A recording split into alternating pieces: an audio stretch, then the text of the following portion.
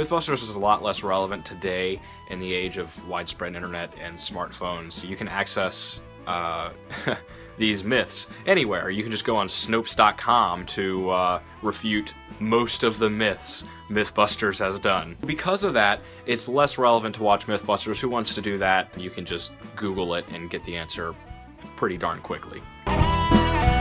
In previous seasons, for example, they were tackling 4 or 5 myths per episode, and it felt like, you know, you were getting somewhere. Whereas in the most recent episodes, it seems like it's a lot of fluff and filler. Like your show, it's all fluff and filler. I'll kick your hiney, man. I'm a savage killer. They're constantly recapping what they did or talking about what they're going to do rather than just doing it. It's slow. It's unnatural. When Mythbusters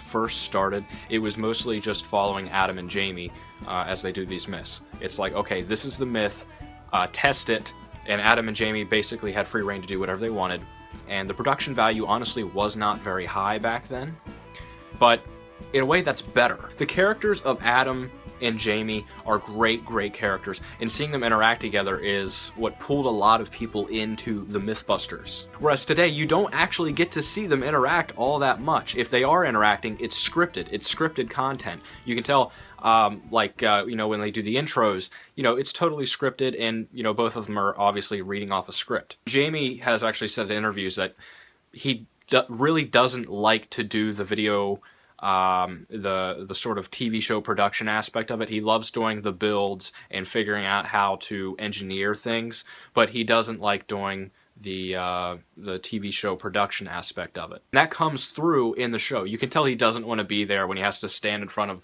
of you know, whatever it is they blew up and talk about it. He doesn't want to do that. And in the older episodes, in the older seasons, he never did. You just got to see their raw reactions to the stuff and their raw explanations of what happened rather than, okay, we're going to make a script and you're going to read off the script.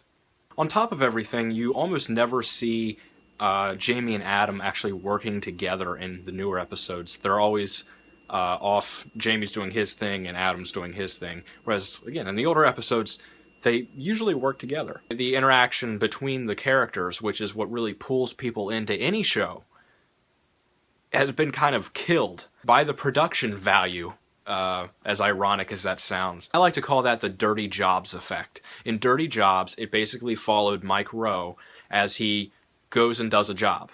That's it. There's almost no scripted anything in that show or anything that feels like it's scripted. Mike Rowe is a really entertaining guy. He makes really funny jokes. Everybody loves his sarcastic humor. You know, you just loved watching this guy interact with the people who did this job day to day.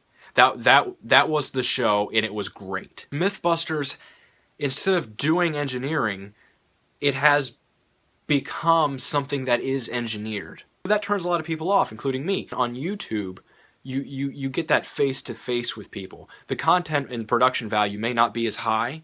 I mean, nobody on YouTube can match Mythbusters' budget, but you get that like face-to-face, the raw interactions between real people that are natural. That's what people, I think, a lot of people really love about YouTube.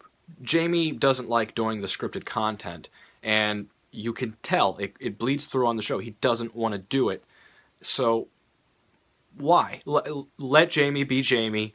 That's what they used to do in the older episodes, is they just let the characters do their own thing, and it worked really well. Tori, Grant, and Carrie. Adding those characters to the show was not a mistake. It sped up the myth-busting, and it made the shows denser and more interesting for a while. I personally loved seeing the interaction between those 3 characters. Why they built such a wall between Adam and Jamie and Tori, Grant, and Carrie is beyond me. I would have loved to see a whole lot more of Adam working with Tori, or Jamie working with Grant. They made it walled off, and again, the show started feeling engineered rather than just, okay, here's the myth, we get to watch these really smart people work together and figure out a solution. The greatest thing about the show is that they were so diverse. Jamie and Adam and Tori and Grant and Carrie all have very, very distinct personalities, which is what made it so interesting to see them interact with each other. When the show became engineered and everything seemed scripted, it lost the flair that it had. If we could have seen these characters work together naturally and resolve problems naturally, the show would have gotten stale. Beyond the character interactions, one other point I wanted to make about being invested in the show is the fact that in the older episodes, they didn't take themselves very seriously. You can just see the difference between the intro of the older episodes and the intro of the newer episodes. Oh! You know, I went to college for this. They don't just tell the myths, they put them to the test. They're very silly.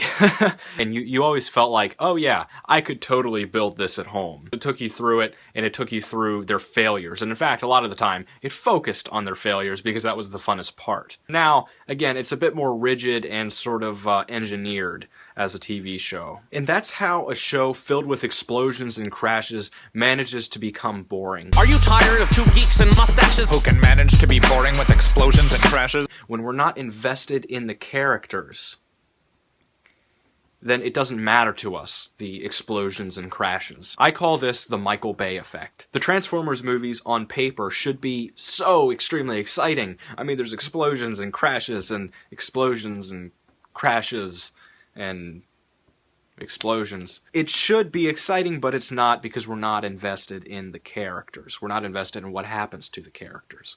With Mythbusters becoming as rigid as it has, and the production value so high, it just isn't that interesting to viewers anymore.